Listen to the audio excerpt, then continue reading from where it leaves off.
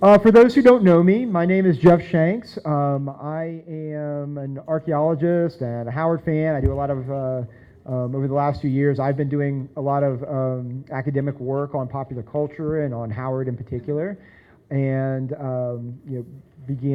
started giving papers at the Popular Culture Association Conference, the International Conference for the Fantastic and the Arts over the last 6, 7, 8 years. And there's, with the sort of resurgence of Howard, really beginning in the early 2000s when we finally got the Del Rey text out there. We actually, for the first time, had real text that you could actually do real critical analysis on.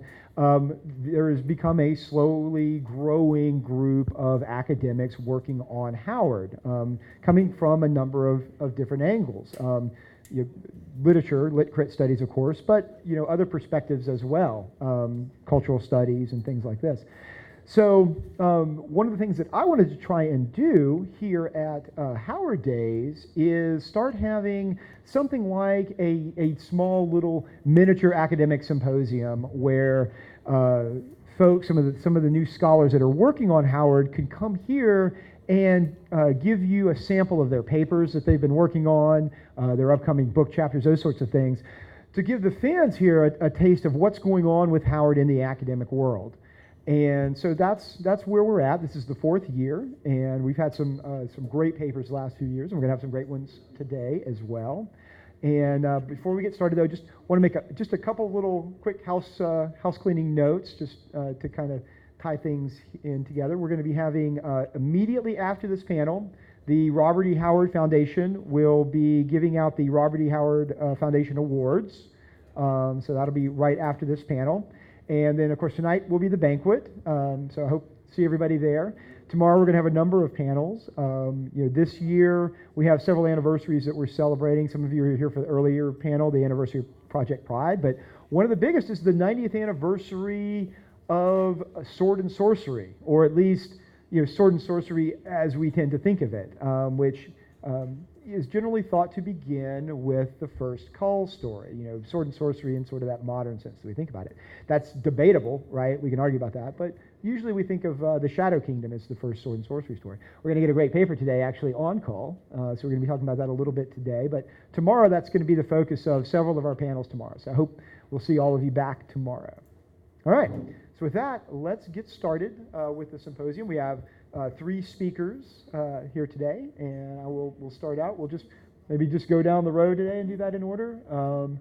Let's start with Dr. Ralph Norris. Ralph is an English professor at Sam Houston State University, and he's going to be discussing Kull. Let's go ahead.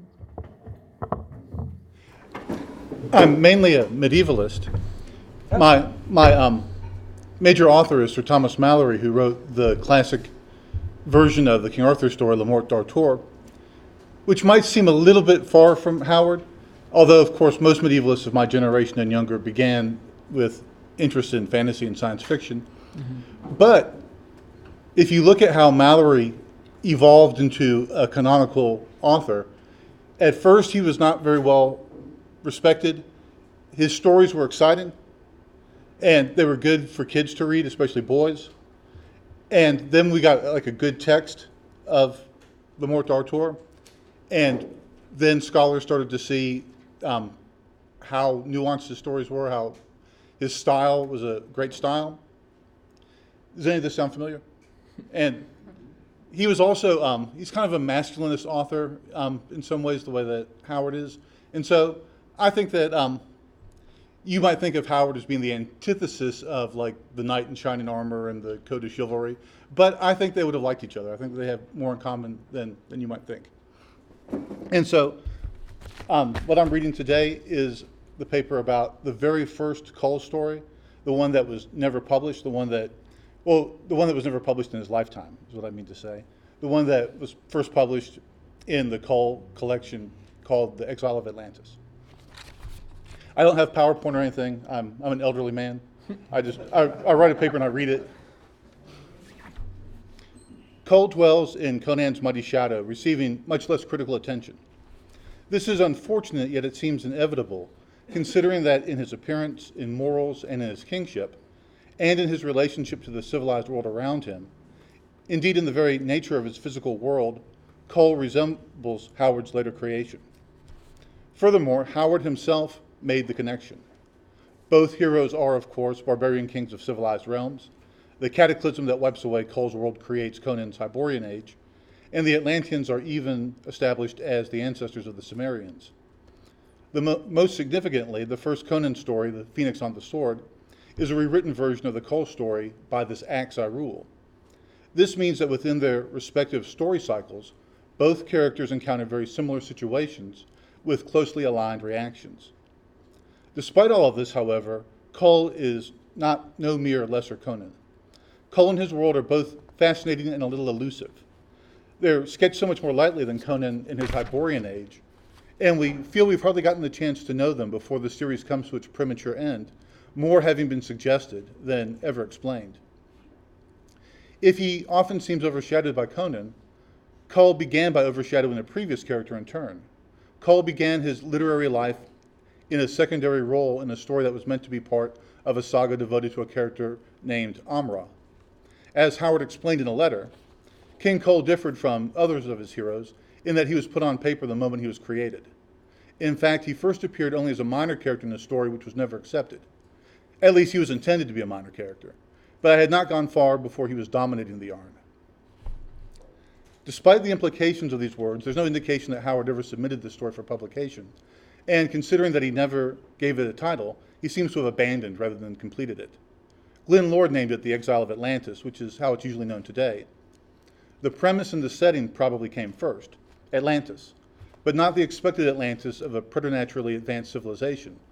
Rather, this Atlantis had developed in Howard's imagination as the original home of the prehistoric Cro-Magnons, and was therefore populated by a Stone Age population. This story has little in the way of plot, but plenty of characterization and theme. Most of the story is a conversation between three men away from home on a hunting trip, a situation that was perhaps inspired by real trips that Howard took with his friends, in which, one imagines, the conversation could often turn argumentative. It opens with some beautiful imagery. The sun was setting. A last crimson glory filled the land and lay like a crown of blood on the snow-speckled peaks.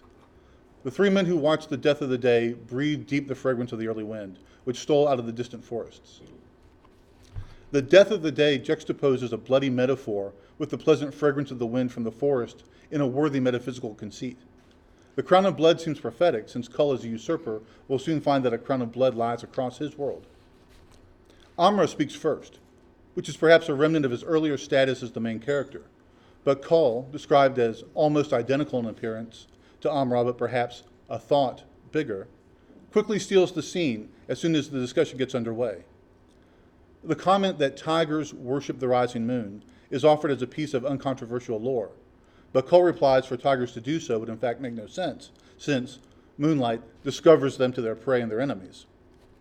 Then he flatly refuses to believe the ideological myth that Gorna tells them in explanation. Gorna is the oldest of the group and seems to be used to speaking with authority, and he invokes the higher authority of the priests of the tribe to support his assertions.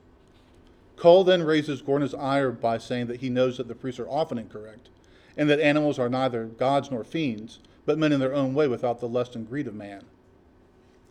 Kull quickly gains the reader's sympathy by picking these points of disagreement. The reader knows that Gorna's beliefs are superstitious and that Kull is in the right. In defense of his erroneous ideas, Gorna can only say that they must be true because they are traditional, and that Kull must believe them out of loyalty to his tribe. However, Kull is too tough-minded to be able to conform his thinking merely on the basis of authority. Kull knows better. He knows better not because he is more civilized than his fellows, with a civilized training in spotting a fallacious argument, but because he is more barbaric. Kull's view of animals is logical rather than superstitious, and based upon his interaction with them. Interestingly, in attributing this attribute to Kull, Howard anticipates the opinion of many of today's animal psychologists, who tend to view the difference between animal intelligence and those of humans as one of degree rather than of kind. Through their conversations, we learn that Kull is not a native of the Sea Mountain tribe, as his companions are. Though details are never given, Gorna reminds Kull that the Sea Mountain people rescued him from the wilderness and gave him a home and a tribe. Prior to this rescue, Kull had lived alone in the woods without knowing where he came from, with only tigers and wolves as companions. which explains why Kull believes himself to know the ways of tigers better than his adopted people do. Kull is thus a barbarian among barbarians. As Howard wrote the story, as he was inventing and discovering his characters, this is probably the point at which Kull supplanted Amra as the main protagonist. Howard loved the underdog and sympathized unerringly with the outsider. The further course of their conversation reveals a little of the world beyond the shores of Atlantis, when they observed the forces of Volusia to be fighting against pirates from Lemuria. Howard most likely took the name Volusia from Wilusa, an older form of Wilios or Ilios.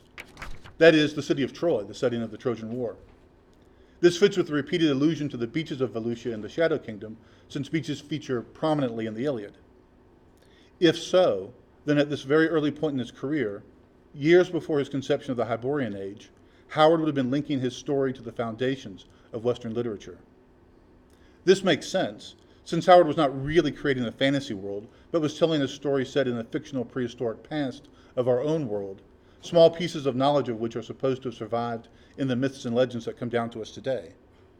As Atlantis is the point of departure, Howard would naturally turn again to classical legend when adding scope to his setting. Just as Atlantis is portrayed as if of a much earlier point in its history than in Plato's story, the archaic name Volusia implies a Troy that is in turn at a much earlier point than that depicted by Homer. Additionally, the name effectively disguises the reference, allowing the setting to assume a character of its own. The Trojan connection is also fitting on a thematic level. Kull may escape from Atlantis, which is ultimately doomed, only to reach another city that is doomed to eventual destruction. I know all the pre-cataclysmic ages is doomed. You don't need to bother to point that out. But this was before Howard had made that conception. Lemuria is another fictional landmass destined to be submerged into the ocean.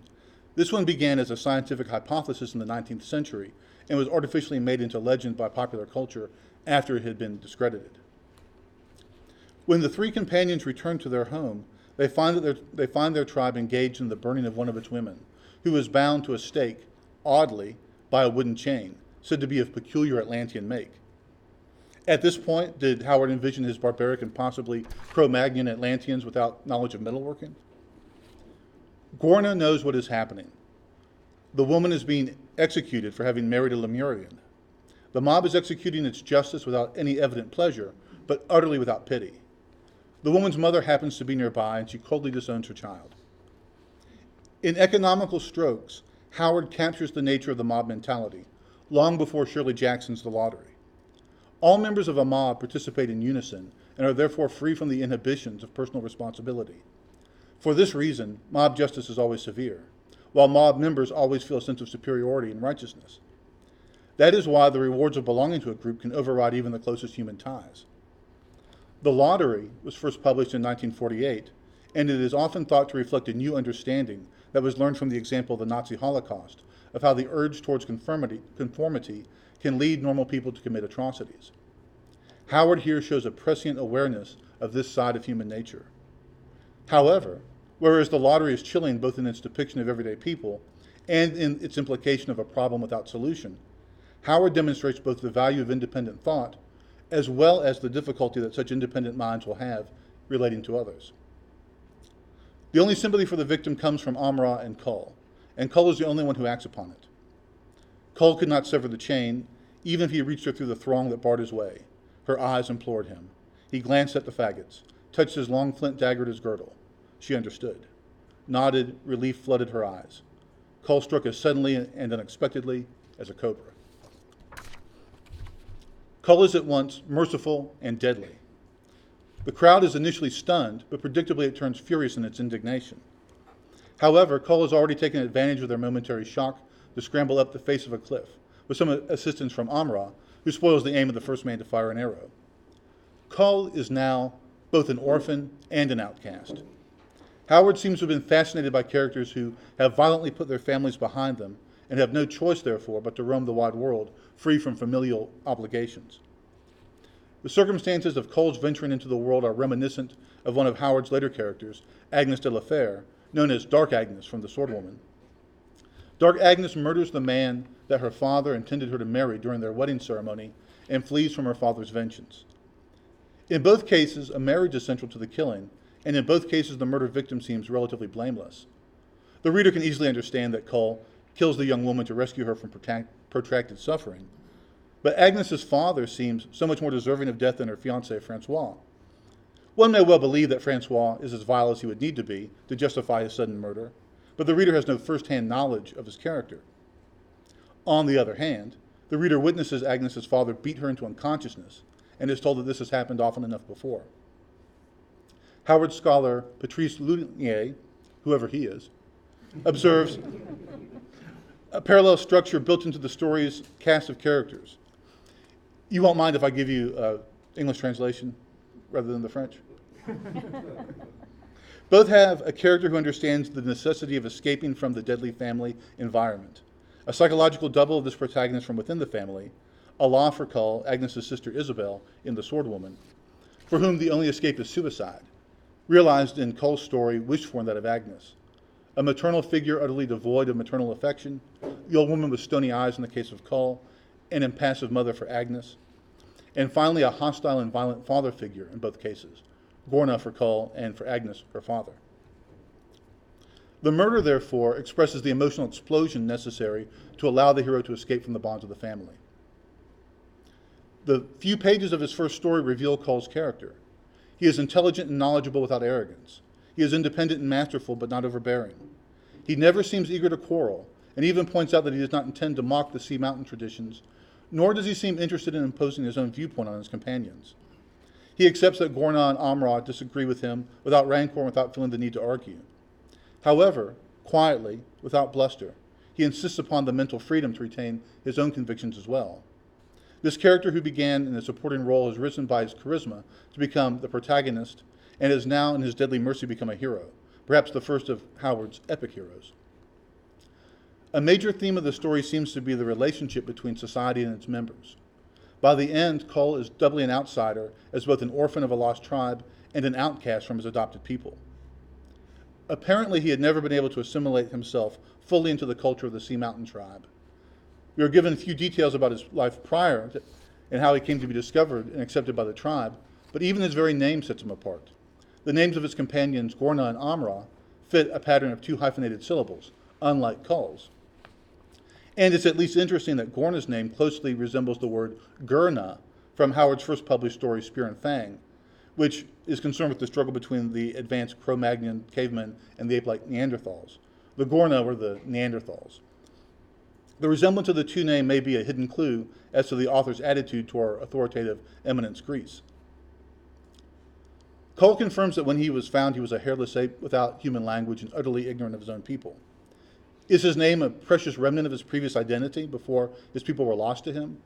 Or did the Sea Mountain people give him a name that seems to break their own linguistic rules? The former would seem more likely, and if true, would set Kull apart from his earliest moments. The importance of naming is made clear when Kull mentions Ascalante, an Atlantean who has escaped from slavery in Volusia. Kull relies on Ascalante's descriptions of Volusia, which he yearns to explore, but Gorna is dismissive. Ascalante was a slave among them so long that he forgot his good Atlantean name and must forsooth abide by the Volusian name they gave him. It is not stated, but one would assume that upon his escape he would try to return to his former home. Do none of his own people remember him or his real name? Or is he too, like Kull, a member of a different Atlantean tribe whom the Sea Mountain people have adopted? One might expect that a slave with the fortitude to escape, however long that might take, would be respected. But clearly Ascalante is not. He has lost his Atlantean name and is therefore scorned as an outsider, at least in part. The entire conversation between the three companions, therefore, is tinged with the intolerance of a society that will label all unorthodox ideas as blasphemy, even those informed by actual experience, a society with no sympathy for nonconformity. This glimpse into the culture of the Sea Mountain tribe prepares the reader for the execution at the end of the story. Its motive and its method seem to be of a piece with what we have learned about this people. The issue again is that of belonging to the group. The young woman is being punished for having married outside of the tribe, which seems to have been seen as an attempt to leave the group. Now that her Lemurian husband is dead, she has returned home to a scant welcome. Kull's spontaneous act deprives the mob of the suffering of its victim, which was apparently an important part of the punishment, for they turn on Kull, clearly intending to kill him. Kull had never completely fit in, was unable to conform his worldview to theirs. but he had been adopted and cared for by the Sea Mountain people, and therefore, he still had a reciprocal obligation to the tribe. Until now. Kull and the group, both acting spontaneously, have suddenly revealed their essential natures to each other, making further coexistence impossible. It's a promising beginning. It has the potential to have been the opening of a great story that could have charted Kull's progress to a suitably heroic conclusion. Only one point reminds us that we are reading the work of a rather young author.